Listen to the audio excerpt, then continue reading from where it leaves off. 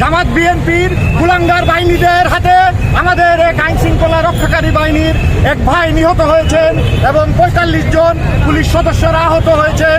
আমরা সিলেট মহানগর ছাত্রলীগের পক্ষ থেকে তাদের প্রতি নিন্দা জানাই এবং এই হামলার প্রতিবাদ জানাই। পুরো ঢাকা শহরে তারা যে ন্যাক্কারজনক হামলা চালিয়েছে, যে তাণ্ডব চালিয়েছে, সেই তাণ্ডবের প্রতিবাদে আজকে সিলেট মহানগর ছাত্রলীগ তৎকালীন মিছিল করছে।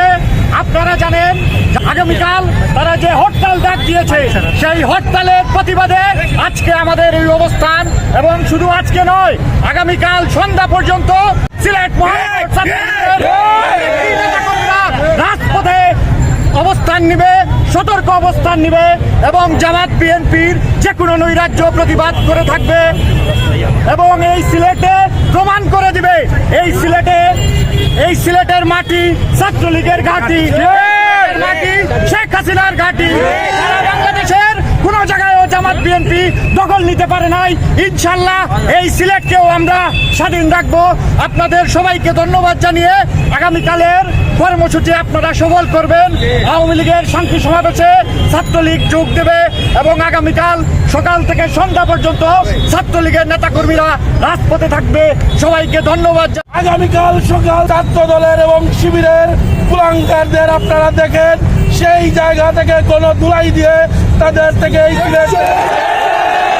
বিএনপি, জামাত এবং শিবিরের কুচক্রী বাহিনী যারা এই শান্ত সিলেটকে অশান্ত করতে চায়, সেই কুলাঙ্গার তারেক জিয়ার নির্দেশে তারা আমাদের পবিত্র সিলেট শহরে তথা সারা বাংলাদেশে আগামীকালের যে হরতালের ডাক দিয়েছে সিলেট মহানগর ছাত্রলীগ নেতৃত্বে সিলেটের ছাত্র সমাজ সেটি কিনা বলে প্রত্যাখ্যান করেছে।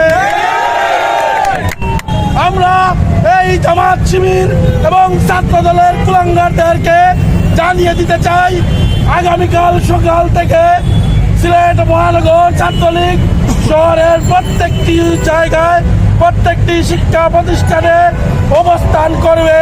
যদি কোনো জায়গায় ছাত্র দলের এবং শিবিরের কুলাঙ্গারদের আপনারা দেখেন, সেই জায়গা থেকে কোনো ধুলাই দিয়ে তাদের থেকে